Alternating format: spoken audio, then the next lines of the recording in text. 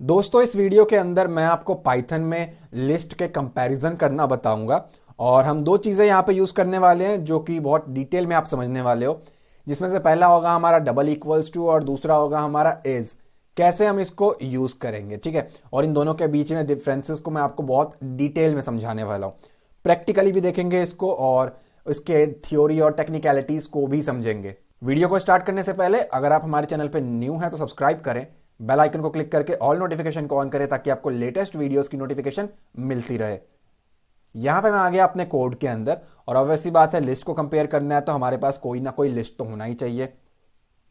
तो मैंने यहां पे लिखा फ्रूट्स इक्वल्स टू, आप किसी भी नाम से बना सकते हो, कोई फर्क नहीं पड़ता।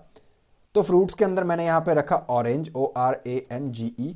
और ऑब्वियसली बात है, ये एक स्ट्रिंग है तो सिंगल कोट में रहेगा हमारा लिस्ट का जो एलिमेंट है। और इसके बाद हमारा आएगा सेकंड एलिमेंट जो कि है एप्पल। और इसके बाद रहेगा हमारा थर्ड एलिमेंट जो कि है मैंगो। ये हमारा एक लिस्ट है और इसको मान लेते हैं हम लोग फ्रूट्स 1। रीजन इज हम लोग कंपैरिजन करने वाले हैं तो ऑब्वियस सी बात है 1 2 3 4 मैं लिखूंगा तो ज़्यादा ईजी रहेगा आप लोगों के लिए। अब ये मेरा एक लिस्ट है, मैं यहां पे फ्रूट्स 2 बना रहा हूं, FRUITS फ्रूट्स 2 इक्वल्स टू। और यहाँ पे अब मैंने यहाँ पे कोई सेटिंग छेड़ दिया मेरे एडिटर का तो हो सकता है कुछ प्रॉब्लम क्रिएट करे।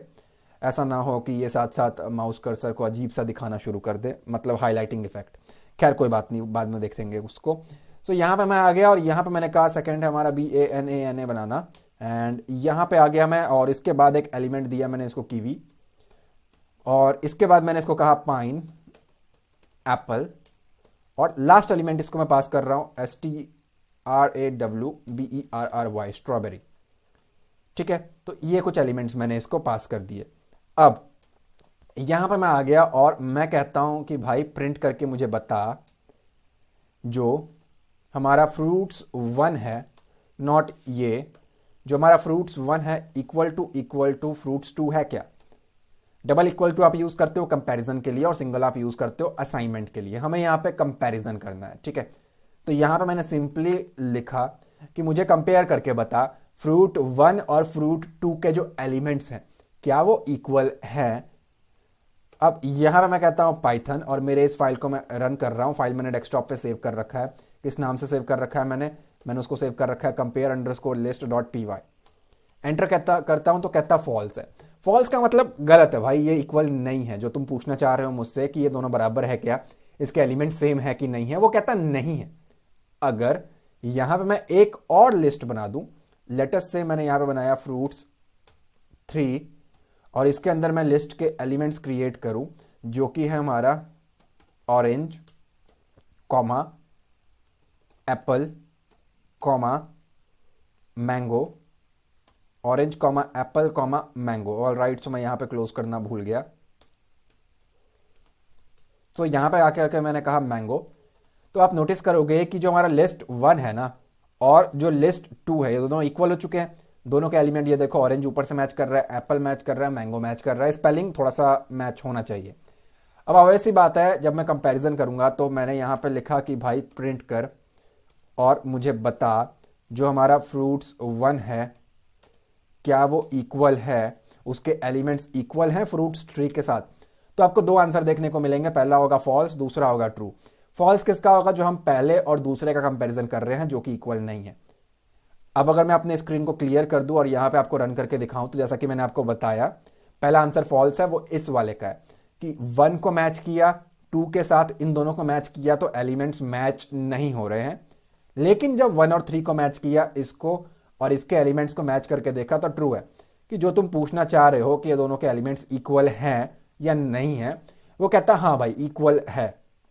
ठीक है, आई थिंक आपको इतना क्लैरिफाई हो चुका होगा। अब यहां पे बात करते हैं हम लोग इज की। हम यहां पे इज भी लगा सकते हैं पाइथन में कंपैरिजन के लिए, तो मैं इसको यहां से फिलहाल हटा रहा हूं। और मैंने कहा मुझे ये बता कि क्या फ्रूट्स का हमारा 1 और 2 ये दोनों आपस में इक्वल है क्या। तो मैं इसको क्लियर कर रहा हूं और यहां पे मैंने रन किया तो कहता फॉल्स कि ना भाई ये दोनों आपस में इक्वल नहीं है। और ये तो पहले केस में भी नहीं था जब हमने डबल इक्वल टू लगा के चेक किया था। अब देखो, जब मैंने डबल इक्वल टू लगा के 1 और 3 का कंपैरिजन किया तो आंसर ट्रू आया था। लेकिन अगर मैं इज लगा करके 1 और 3 का कंपैरिजन करूं तो आंसर फॉल्स आएगा।